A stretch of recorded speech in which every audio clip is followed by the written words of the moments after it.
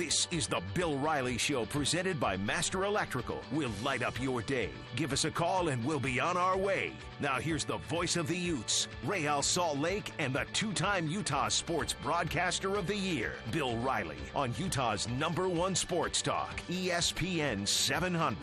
Embiid, a ball fake. Embiid spins to the rim. Pump fake. Embiid gets the bucket. A big one for the 76ers. Leonard gives it up. Green for the tie. Off the rim. Gasol keeps it alive.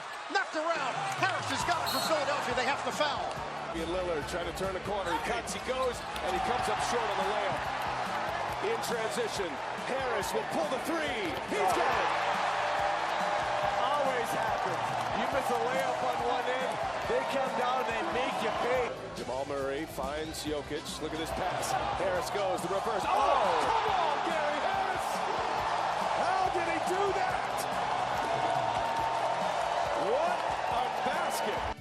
Jokic was terrific last night for the Denver Nuggets, who get off to a good start in their series against the Portland Trail Blazers, courtesy of TNT right there. And before that, you heard the Philadelphia 76ers, Joel Embiid and crew getting a nice bounce-back win against the Toronto Raptors after looking dead in the water in game number 1. Good morning and welcome in. It's a Tuesday edition of the Bill Riley Show right here on ESPN 700. I, of course, am Bill Riley. Names on the marquee. Good to have you guys in with us. Mitch Harper, my executive producer and sometimes contributor to the program on the other side of the glass. We welcome you into a Tuesday edition of the program today here on Utah's #1 sports talk, ESPN 700. Glad to have you guys in. If you want to reach the program, you can do it in a couple of different ways. You can reach me on the text line at 877-353-0700. That's 877-353-0700. Or hit me up on Twitter today if you would like to, at ESPN 700 Bill. That's at ESPN 700 Bill. Got a good guest list for you today. Kirk Cragthorpe's going to swing by from the Salt Lake Tribune. University of Utah insider, longtime columnist Gordy Chiesa will come by. Dennis Dodd will be in today as well, joining us to talk some college football coming up in the 1 o'clock hour. How are you? Are you ready to go today? You ready to roll? You having a good Tuesday? I hope so. Hope the meetings have been good today. If you had any, I hope your coworkers are being good to you today. If they haven't been good as of late, I hope your day is going well. Thanks, by the way, to everybody who listens in on a daily basis, whether you listen in live, as you are right now, or you listen a little bit later on the podcast. Any way you find this show is much appreciated, because without you guys, there is no radio show. So we appreciate you tuning in every day for a little sports talk in the midday here on the Bill Riley Show on ESPN 700. Man, we have so much to get to today. I don't really know where to begin. I honestly don't. There's so many options out here of places to begin. Let me recap yesterday's poll question real quick. I asked yesterday, coming off the NFL draft over the weekend that saw 5 Utes drafted and 9 all told signing contracts. It was another good year for Utah. They had the most in-state again, and I don't have any doubt in my mind they're going to have the most in-state again next year, drafted and sent to the National Football League. My question for you yesterday on the poll question was, who's going to be the first pick taken next year for the University of Utah? Who's going to be the guy that goes first for the Utes? 71% of you polled yesterday said it will be Jalen Johnson. 20% of you said Zach Moss. 8% of you said Lecky Fotu, and 1% of you said other yesterday. My choice, I think it's going to be Lecky Fotu. I think when it's all said and done, it's a position that's hard to find. It's hard to find guys like Lecky Fotu. It just is. Defensive tackles who are crazily athletic and can do the things that Lecky Fotu does are tough to find. That's not to say that Jalen Johnson, by the way, is easy to find. Lockdown corners are not easy to find, but I think as we saw in this year's NFL draft, there were 6 defensive tackles taken before the first corner was taken this year. The first corner was taken at number 30. There were 6 guys that play on the interior defensive line taken first. I think if Lecky Fotu has a big year this year, and I think he has the possibility to do that, I think he could really vault himself up. I think the Utes have 4 guys that could be taken in the top 2 rounds next year. I think it could be Johnson, Moss, Fotu, and Bradley and Nye could all be top 2-round picks. I do. So we'll talk about that, by the way, today with Kirk Cragthorpe. Thank you guys for participating in my poll question. Also yesterday, it wasn't a poll question, but it was a question I asked. I was kind of asking Jazz fans, who are you guys rooting for now? Season's over. You know, everybody's on their way to Cancun and Cozumel and places of tropical origin and enjoying their offseason. And now Dennis Lindsey and his staff are feverishly putting their value boards together for the free agent period and, of course, getting ready for the NBA draft, which will be coming up at the end of June. So I'm just curious who Jazz fans are rooting for right now.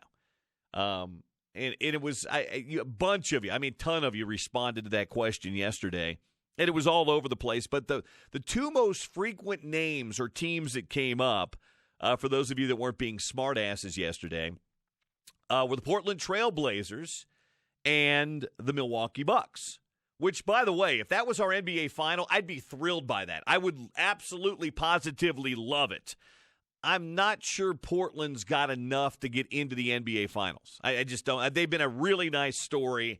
Their interior defense and their post play got exposed last night by the Denver Nuggets in the pick and roll. They absolutely destroyed the Blazers last night. Did the Nuggets in the pick and roll, and that's Jokic. He was really, really good.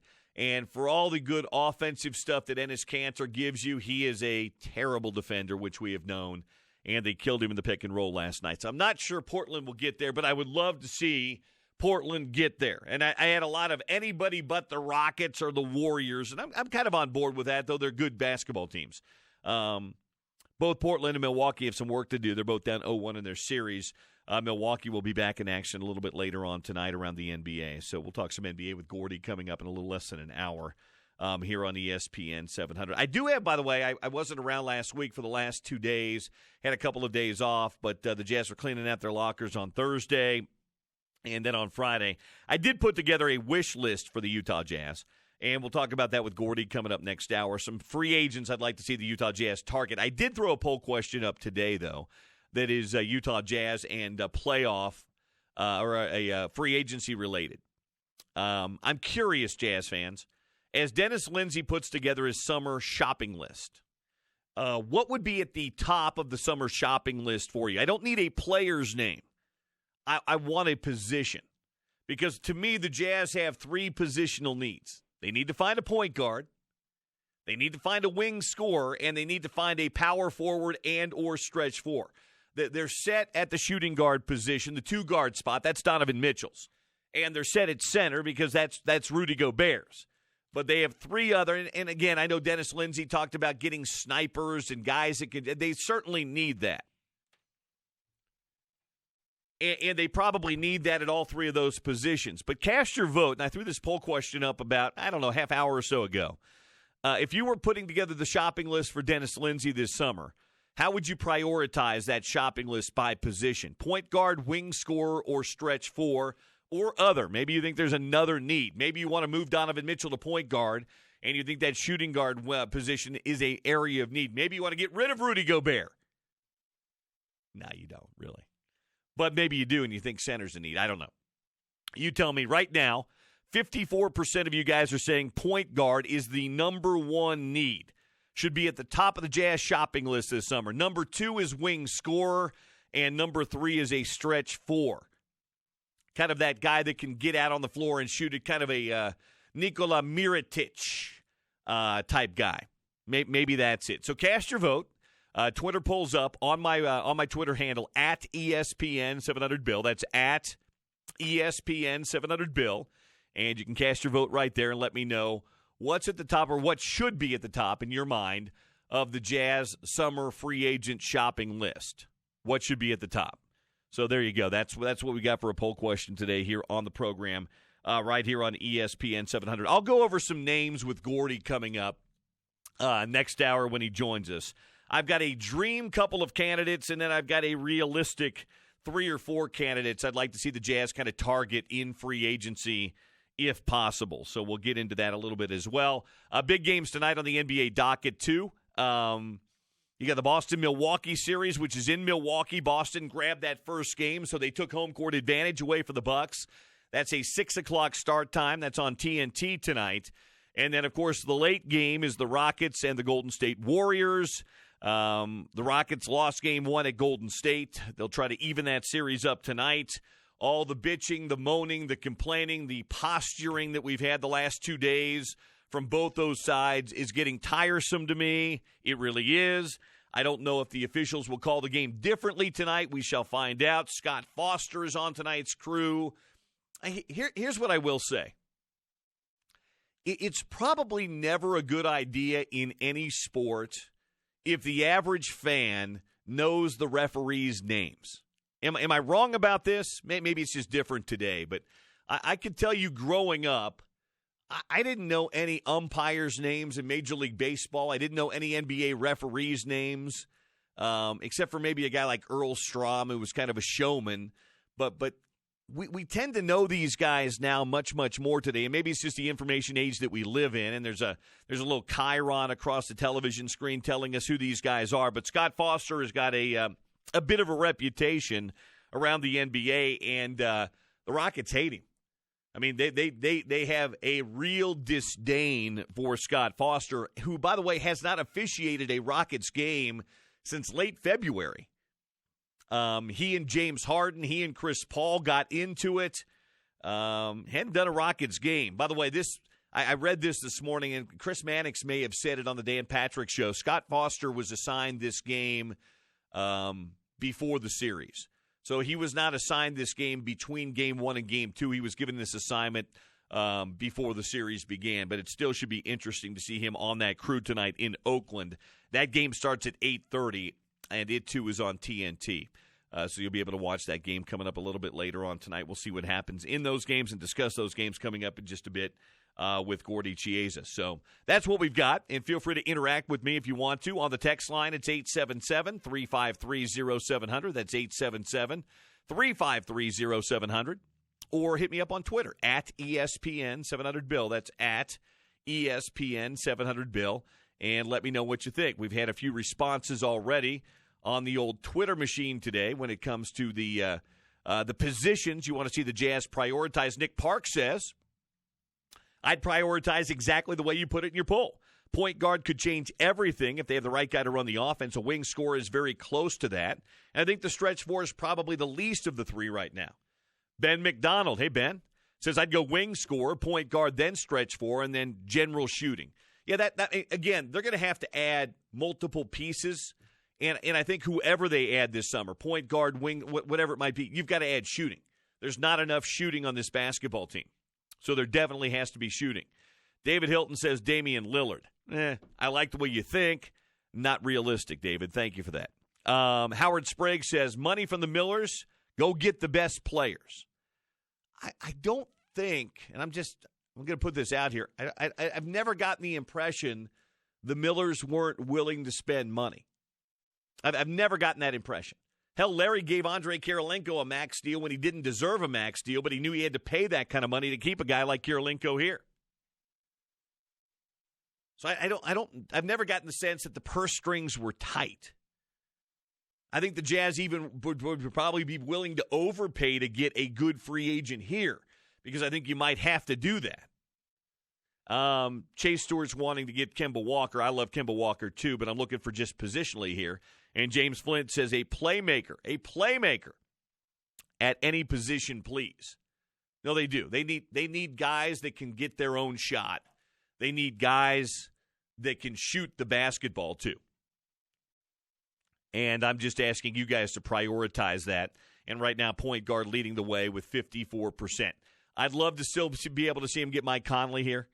I think Mike Conley is a real talent who would fit well from both a basketball standpoint and a cultural standpoint with the Utah Jazz. But you're going to have to trade to get Mike Conley. He's not a free agent. Some of the other guys are, and we'll get to some of those guys coming up when Gordy joins us coming up in a little less than an hour here on ESPN 700. A couple of football notes for you today, and we're going to talk some college football coming up with Craggs in about 13 minutes, and then Dennis Dodd is down at the Pac-12 spring meetings, the big spring fling down in Phoenix they do every year. Dennis is down there, and he did a preseason poll yesterday, his post-spring football preseason poll, and he had the Utes at number 12 in his preseason poll. And then Stuart Mandel came out this morning and did his updated spring top 25 for The Athletic, and he had the Utes at number 12 in that poll. And we know Brett McMurphy of Watch Stadium, who's a good Pac-12 and college football insider. McMurphy had the Utes at number 10. And I've said this all along. This team should be, on paper, in a preseason, the highest-ranked team in the Pac-12 conference. I don't understand the glorifying, glowing love for Oregon. Maybe it's just the tradition they've had over the last 15 years. And Washington, again, could be a very good team this year. They could be really good. I was on a show in Seattle yesterday afternoon with Dave Softy Muller talking about Cody Barton and Marquise Blair, but he wanted to talk some college football too. And I said, hey, maybe Washington's going to be good, but they've got to answer some questions first. They lose 10 starters on defense and 5 starters on offense, including a quarterback and a running back. Hey, I'm not saying Chris Peterson can't coach because I know he can. And I know that guy can recruit as well. But I just have to see it, man. That's a lot of new guys to replace. Utah's having to replace some guys, but not nearly that many. And they've got Huntley, Moss, Covey back on offense, and the best front four in the Pac-12 and one of the best front fours in college football, a great secondary too. I'll be really honest. The only questions I have about Utah in the offseason, offensive line and who's going to play there. And I don't worry about that so much because Jim Harding's done such a good job over the years. You know what might be the biggest question for Utah is place kicker. Chaden Johnston leaving the program. Got to replace Matt Gay, who was preceded by Andy Phillips. Right now you've got Jaden Redding in the program and nobody else. That might be the biggest question right now for this Utah football team. So anyway, we'll talk to Dennis about some things and Craggs as well. But I'm just telling you right now, Utah should be, again, polls don't mean anything anymore. The only poll that means anything is the poll that comes out for the college football playoff. And I think that comes out in late October. Does that sound right? It's usually late October, first part of November is when the first playoff poll comes out. That's the only one that matters. The AP poll doesn't matter. The Dennis Dodd, CBS Sport, the Stuart Mandel, college, athletic college football poll, they don't mean anything. The only poll that matters is the one put out by the College Football Playoff Committee. And maybe that will have an impact on Utah. By the time we get to that poll, early November, we'll have a good idea of who this Utah football team is. But it is fun for me, for you, for fans, for media, probably for players too, to see some of these preseason polls when they come out. Because what that tells you is people that are involved in the game of college football, people that know the game, people that follow the game, people that cover the game, this is what they think of your program. And it does mean something. The hype means a little something because it means something for people that follow your program. It means something for recruiting, too, to have that number next to your name and have people talking about a Utah football program as a Pac-12 favorite. But I think when it's all said and done, you're going to see most of the preseason polls, AP, Coaches Poll, the magazine polls from people like Phil Steele and Athlons, who, by the way, should be out in about the next month or so. Athlons usually comes out end of May, early June, and then Phil usually has his magazine out by late June, I think. And by the way, Mitch, effort Phil Steele for the show because I know he's talked to every football coach in college, which is crazy. Phil's a lunatic in a good way. But I think he's talked now to every college football coach, D1 college football coach, post-spring football. So we'll talk to Phil and get his evaluation too. But it's a good thing if you're a Utah football fan. Your program is in as good a position as it's ever been. Power 5 conference, top 15 ranking, lots of expectations. That you're no longer in that realm where, hey, Utah might have a chance. Utah, if they do this, this, and this, might be in the conversation. No, Utah's now expected to be there. It's back-to-back years. They were expected last year by many, including me, to win the Pac-12 South, and they did. And they may end up being the conference favorite when it's all said and done. We won't find that out till media days in late July, but that's probably going to be the case. But to me, the only real questions about this team are on the offensive line, 2 spots, and the place kicker. Ben Lennon's going to be fine as a punter. And their frontline talent and really their depth at most positions are really good too. So we'll see what happens. Anyway, that's the opening segment of the program today, brought to you by our friends at Moochie's Meatballs and More. 4 Utah locations, just off of downtown at 8th South and 2nd East. In Midvale at about 75th South and State Street. New location in South Salt Lake at 22nd South and State Street, and down off the freeway in Lehigh as well, all at Moochie's Meatballs and More. So what does Kirk Cragthorpe think of a lot of this preseason hype? Kirk covers the Utes for the Salt Lake Tribune. Thought we'd kick around some of that stuff and maybe a little basketball stuff as well. Larry Kristoviak still in the midst of searching for staff hires. Talk to Craigs about that coming up as well, right here on Utah's #1 Sports Talk. It is the Bill Riley Show on ESPN 700.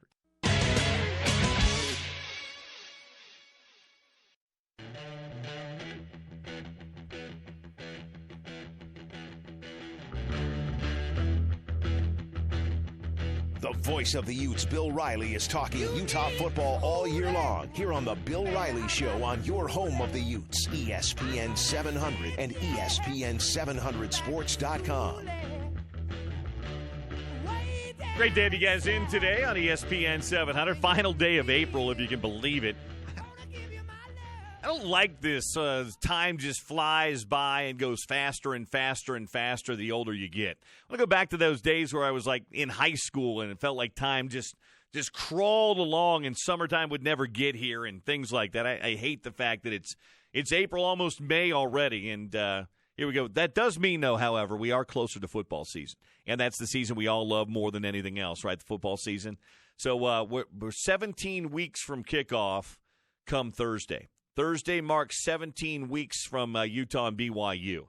So, if time going fast gives us anything, it means football season gets around a little bit quicker, but I don't like the rest of it. I'm sure our next guest doesn't like the rest of it either, because it just means you're getting older and older and older, and we all are. Father Time's undefeated. Kirk Cragthorpe from the Salt Lake Tribune, kind enough to join us here for a few minutes here on the Bill Riley Show to talk about various and assorted things. He wrote about the upcoming season and potential draft prospects for some Utah football guys. Hey, Kurt, how are you?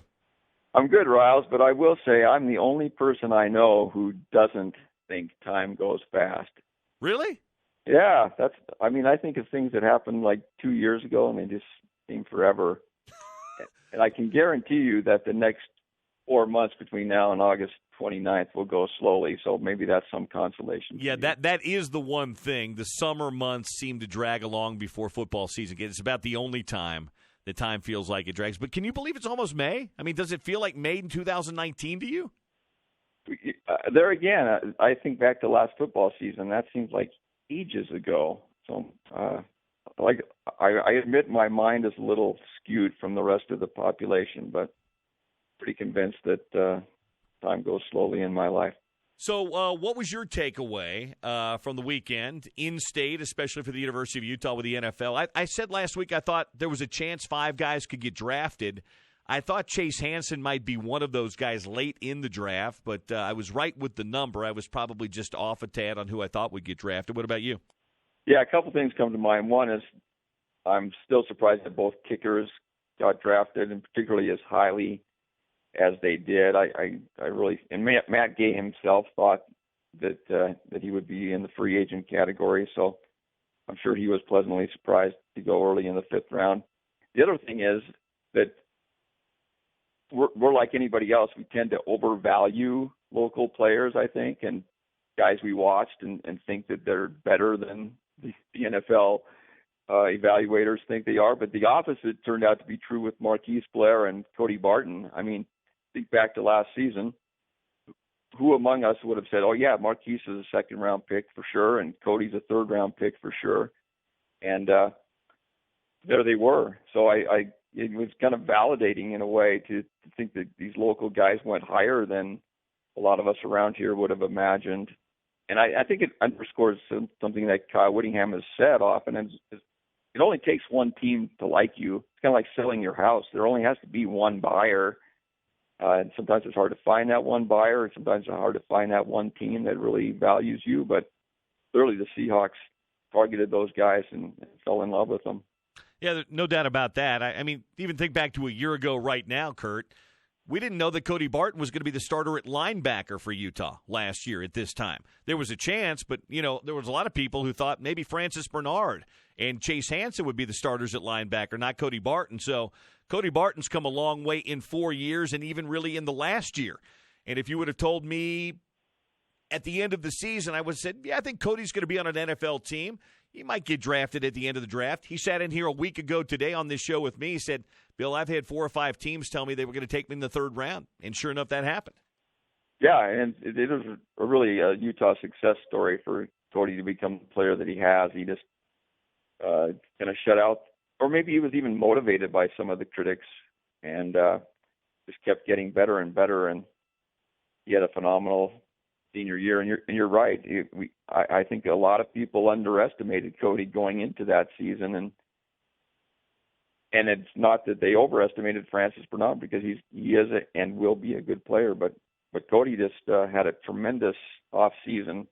The one thing I do distinctly remember is asking Lo Falamaka at the Pac-12 Media Day, who was the guy that kind of established himself in the program in the off season, and the first name that jumped out of his mind was Cody Barton, and that was borne out by his play on the field.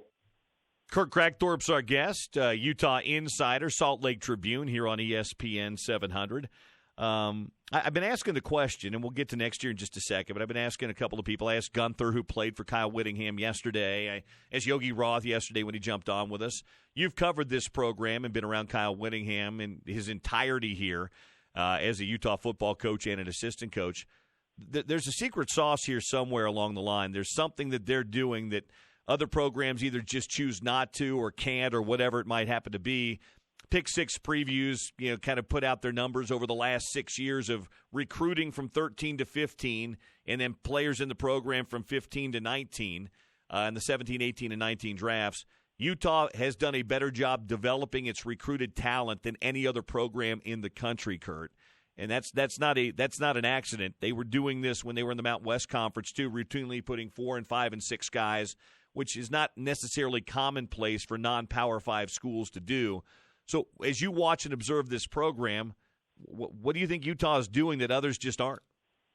Yeah, I think it starts with the recruiting, and clearly they're trying to get the very best players they can, but what they're really succeeding in doing is finding guys who have development ability, if that makes sense. I guess upside is the common phrase this time of year. But clearly they find guys that they project as leaving their best footballers ahead of them. And then something happens, and I would like to learn more about it once they do get in the program. And obviously it's all encompassing, from the conditioning and weightlifting program to the way they're being coached, and all those things add up. And the other thing that comes into play is that NFL, once you get that reputation for developing players, the NFL scouts pay more attention to you. I think that has to be a component of it, that the scouts come to Utah kind of with the mindset, it's almost a self-fulfilling prophecy, that they believe that they're going to find good players at Utah and guys that have improved throughout their career. And so they give them a little bit of longer look. And I think it kind of perpetuates itself that way. All right, Craigs, let's look ahead. You wrote about this in the Trib. I've talked a little bit about it. Utah's going to have another they'll probably have more guys drafted next year than they even do this year. And certainly will have a group of guys that will be drafted higher than the guys they had this year. I think that they've got 4 guys that are top 2-round pick potential. I think Jalen Johnson and Lecky Fotu have a shot to be first-round picks. And I think Zach Moss and Bradley and I have good chance to be second-round picks. Maybe third, just depends. You never know how this thing pans out. But if I ask you today who you think will be the first you taken next year, who's your guess? Yeah, pretty much no doubt in my mind is Jalen Johnson. Cornerback is such a valued position, and he is going to be ready as a junior. His whole mindset academically and athletically has been to be a 3-year guy. He will have his degree very soon here, and he's definitely programming himself to come out after the junior year, and I really believe he can be a first-round talent. The one guy that'll be interesting is Zach Moss. You never quite know with the running backs, and obviously there's some question about what exactly Zach will look like coming back from the injury, but he's a guy that could definitely improve his stock and get into that second-round area. So it really is pretty intriguing to think about. I mean, the other part that plays into that is suppose that the four guys that considered coming out as juniors this year, which would be Moss, Fotu, and I, and Julian Blackman, they'd all entered the draft. Undoubtedly, they would have been picked, and Utah would have had 9 guys this year. So when I posted in the last couple of days that Utah could have 9 guys next year, that seemed like a big number, but you're basically starting the count at 5 with those 4 juniors and Jalen Johnson, and it's conceivable to think that 3 or 4 other guys would play their way into that as seniors next year. I agree with you. I think Jalen's got a shot. I actually think Lecky Fotu, if he has a big season, could go in front of Jalen Johnson next year. If you looked at this year's draft, there were 6 defensive tackles, interior defensive linemen, taken before the first corner. The number one, whoever it was, best corner in the draft was taken. He was taken at 30. It was DeAndre Baker going to the Giants. There were 6 tackles, interior guys taken before. Utah's got a great history of that. The last guy that was taken in the first round was Starlo Tulele at 13. Lecky Fotu's measurables are actually better. He's a better physical prospect with his length and his reach and all those things than Star. I think he's got a chance if he has a big year to even maybe jump over Jalen Johnson. Yeah, that's possible, and you're right. Those guys are hard to find. The one asterisk on that is that I did read a lot about how this was an exceptional year for defensive tackles, and so that may skew the numbers this year a little bit. But yeah, Lecky's in a very good position, that's for sure. The team next year, there's not many questions. Dennis Dodd, Stuart Mandel, both came out with their preseason top 25s post-spring football. Mandel at the Athletic had Utah at 12, the top Pac-12 team. Dodd had Utah at 12, the second Pac-12 team. He had Oregon first. Brett McMurphy of Watch Stadium has had Utah at number 10. I can't remember in the Whittingham era there being this much preseason hype this early. I know heading into Urban's second year there was a lot of hype, top 25 hype, but that was Mountain West. This is probably, the first time in quite some time Utah football is going to have to deal with a lot of preseason hype, maybe conference championship preseason hype. Yes, it is a whole different dynamic. And the actual history is that never in the Pac-12 era has Utah been in the AP preseason top 25.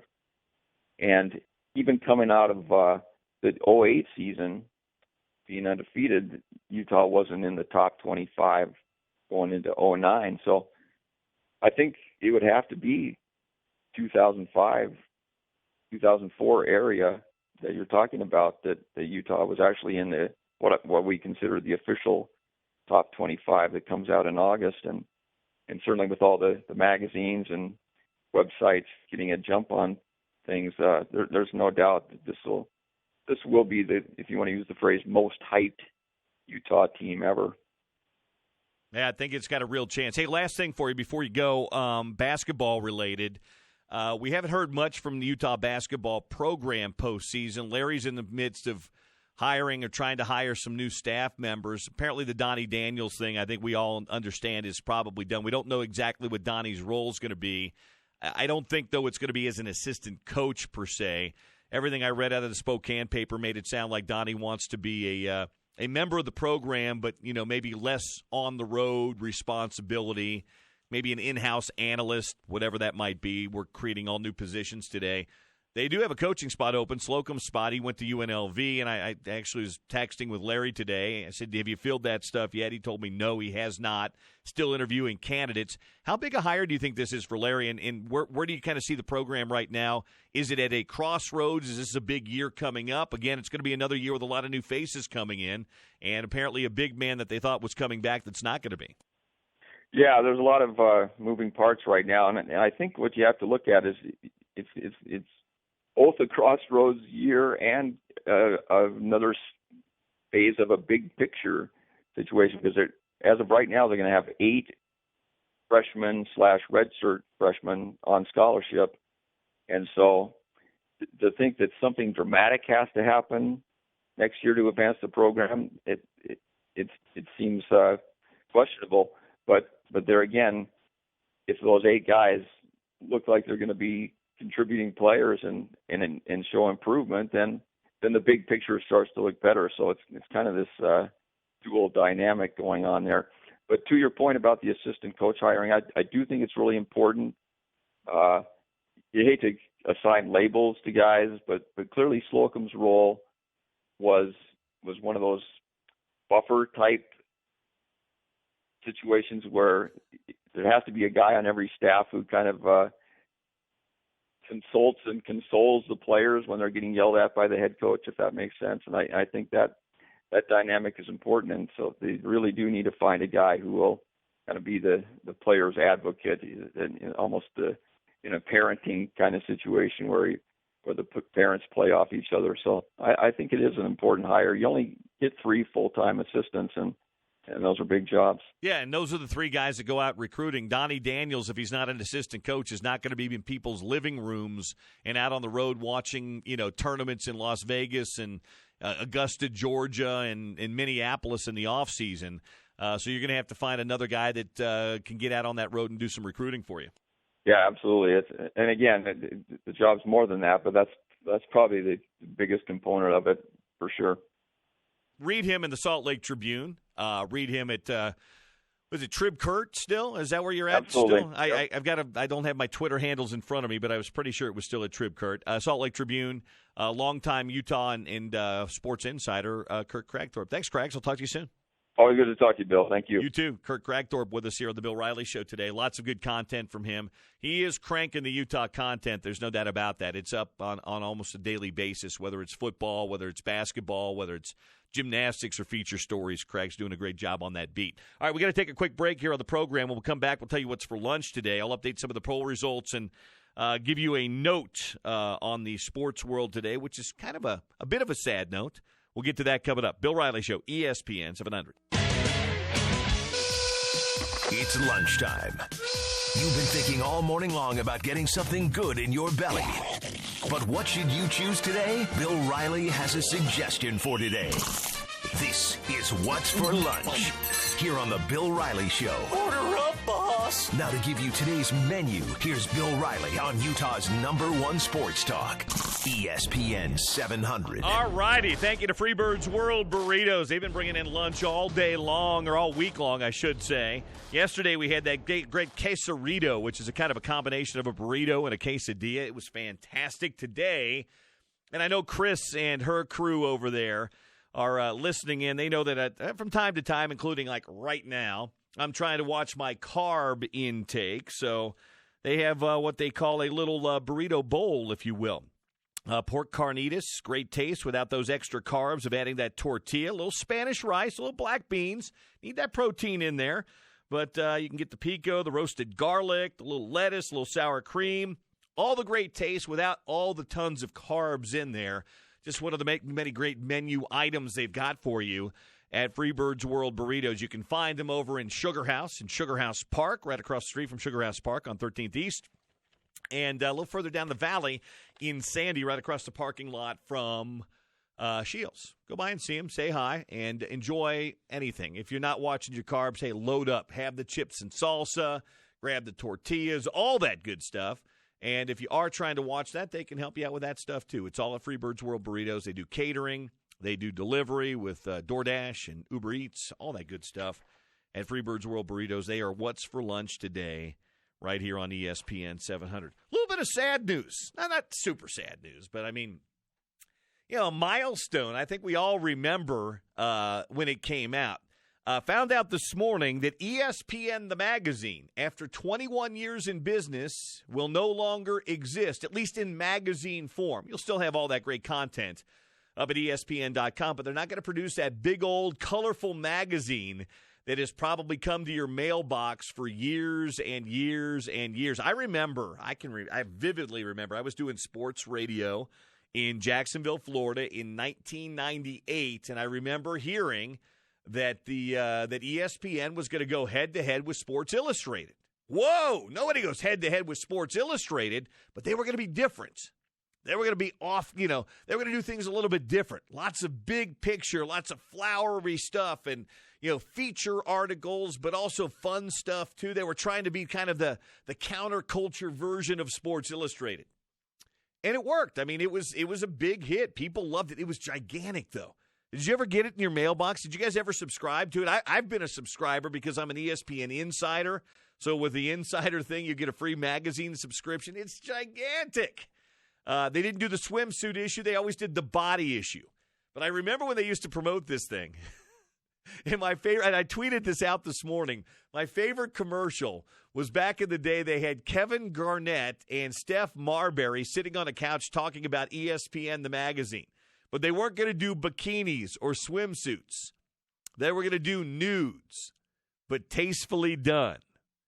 Nudes, but tastefully done. It was great. And that was back when Steph and Kevin Garnett, I think, talked to each other. I don't think they talk to each other anymore. Anyway, it was a great magazine, but ESPN, I guess the cost is just too much. I don't think enough people subscribe to it anymore. So by, I think, later this summer, early fall, I think there's going to be a couple of more subscriptions or a couple of more editions, and that's it. So ESPN, the magazine, 21 years. It debuted in March of 1998. 21 years later, ESPN, the magazine, will be no more. I always enjoyed it. I will say this. It was not must. When I used to, I was a Sports Illustrated subscriber from when I was a kid. I think I got Sporting News first because I was always that geeky stat kid. My mom got me, my grandfather, my mom's dad, always had a subscription to Sporting News. It was the old newspaper form. And for some of you, this is weird. Before there was ever an internet, I used to love baseball and box scores. And you couldn't get baseball box scores. You couldn't in advanced stats. And it's not like today, but Sporting News kept advanced stats, more than just home runs and hits and batting average. And you could get the box scores from all the West Coast games and stuff like that. And so when I was, I think, 7 or 8 years old, my mom got me a subscription to Sporting News. And then when I think I was about 11, I got my subscription to Sports Illustrated. And I used to know the day of the week that thing would come, and I would go to my mailbox, and I would get my Sporting News, and I would get my Sports Illustrated. And I used to read cover to cover my sports. I love Sports Illustrated. I liked the ESPN, the magazine. ESPN, the magazine was like bathroom reading. You'd put it in your bathroom. You'd flip through it. You'd look at some of the pictures. You'd read some of the stats and the graphics. And then you'd set it back down again. I used to read my Sporting News and my Sports Illustrated cover to cover. What about you, Mitch? Were you a Sporting News, Sports Illustrated, ESPN, the magazine kind of a guy? I was a Sporting News. I love the Sporting News because I love the in the 90s they had kind of each league, the team-by-team breakdown, like a quick snippet of each team. I love that. So I was a big Sporting News fan. But, yeah, like you, I remember ESPN, the magazine, coming out, and that was a big thing, that massive cover coming out. I remember the Michael Vick NFL draft cover with him coming out of Virginia Tech. But, yeah, it's just kind of a shame to see there's like an era of the youth of today. They don't really understand the magazine era, if you will. It's kind of a shame because I always enjoyed every week getting Sporting News and ESPN, the magazine. Well, I think that was bi-weekly ESPN. Yeah, ESPN was bi-weekly, and now I think it's just monthly. Yeah. I think they just do it monthly now. It's got to be expensive to produce because the color and the pictures. And I wonder if we're getting to a point, too, where Sports Illustrated may be no more. Are we getting to a point, does anybody out there still subscribe to Sports Illustrated? I don't. I don't think I've subscribed to Sports Illustrated in 15 years. I read it online. I go to SI.com. Sporting News isn't in the same form. It went to a magazine form probably 15 or 18 years ago. It used to be the newspaper. and you get the ink on your fingers, and it was great. It was about 50 pages, and then it went to kind of magazine form, a little bit more magazine form. So, and I don't know if Sporting News produce a weekly or a monthly magazine. I don't think they do anymore. I think it's just they do like football guides and basketball guides, and everything they do then is online as well. So we're it's kind of a bygone era. But as of this September, I think it is, ESPN, the magazine, will be no more. So changing of the times. Anyway, got to take a break. Going to talk some NBA basketball with our buddy Gordy Chiesa. Get his thoughts on the playoffs, his thoughts on tonight's game with the Rockets and the Golden State Warriors, how it might be officiated. And I'll go over my Jazz wish list. Some names in free agency that I'd love to see the Jazz try to pursue this summer. Do all that with Gordy coming up straight ahead. Good to have you in today. It's ESPN 700.